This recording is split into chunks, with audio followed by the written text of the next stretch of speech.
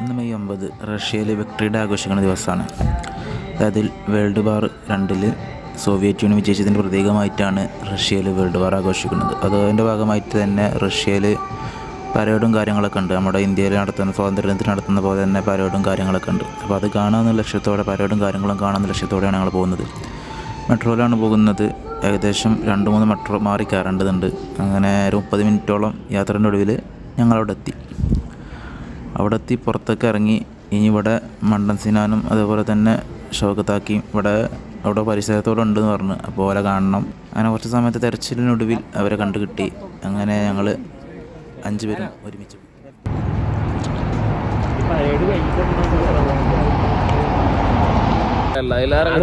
ഞാൻ അങ്ങനെ കേട്ട എനിക്കറിയില്ല. ഒരേ ജോലി ചെയ്ത എല്ലാവർക്കും 10 വർഷങ്ങൾക്ക് മത്സരിച്ചാൽ പോരെ? MLA ശമ്പളം ഇല്ലടോ. ഇത് വേണ്ട, ശമ്പളം വേണ്ട, ശമ്പളം വേണ്ടത് അവർക്ക് ശമ്പളം കിട്ടും. പിന്നെ അധികാരം കിട്ടില്ല. എങ്ങനെ നടക്കുക? മോസ്കോയിൽ ഒരുവിധം എല്ലാ ആൾക്കാരും ഇവിടെ ഉണ്ട്.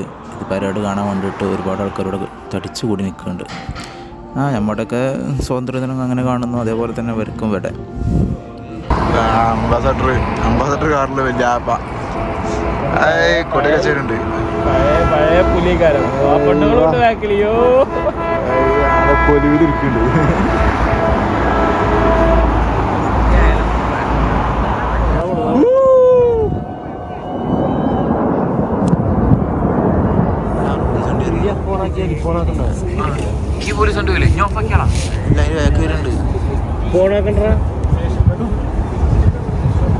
എടുക്കണ്ടേ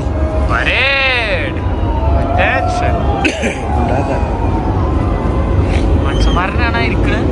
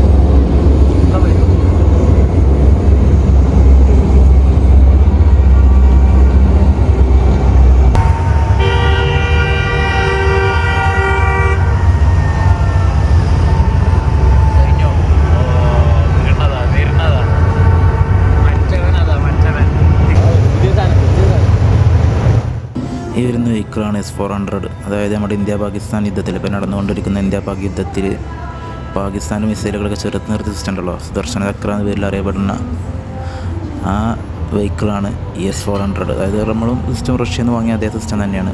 ആ സെയിം വെഹിക്കിളാണ് ഇവിടെ പോയി കണ്ടിരിക്കുന്നത്.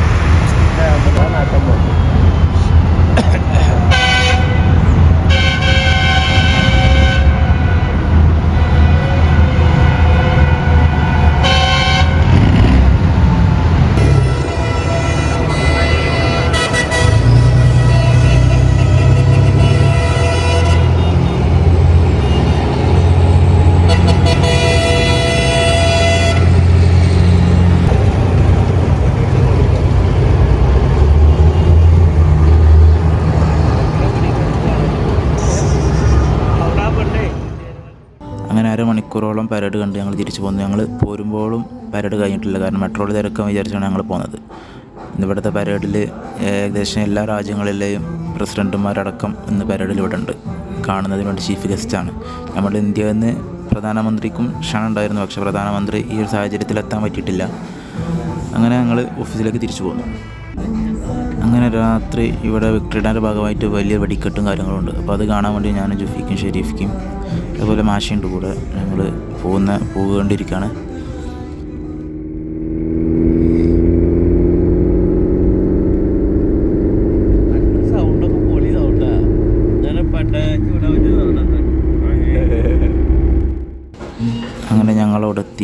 വണ്ടി പാർക്ക് ചെയ്യാൻ സ്ഥലം കിട്ടാത്തതിന് കാരണം ജൂഫിക്ക് ഇറങ്ങിയില്ല. ഞങ്ങളൊരു സ്ഥലത്ത് ഇറക്കിയാണ്ട് ജൂഫിക്ക് വണ്ടി പാർക്ക് ചെയ്ത് ഒരാറിന് പോയി.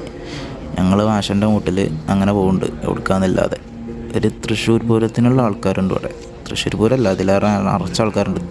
ഒരുപാട് ജനങ്ങൾ, മോസ്കോയിൽ ഏകദേശം ജനങ്ങളൊക്കെ ഇവിടെ കൂടിയാണ്. ഇവിടെ നിൽക്കാനും സ്ഥലമല്ല.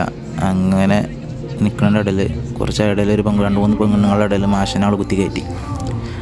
നമ്മൾ കയറല്ല പ്രശ്നമുള്ളൂ, മാഷനെ കുത്തി കയറ്റി. അങ്ങനെ ഓളവിടെ സേഫായി.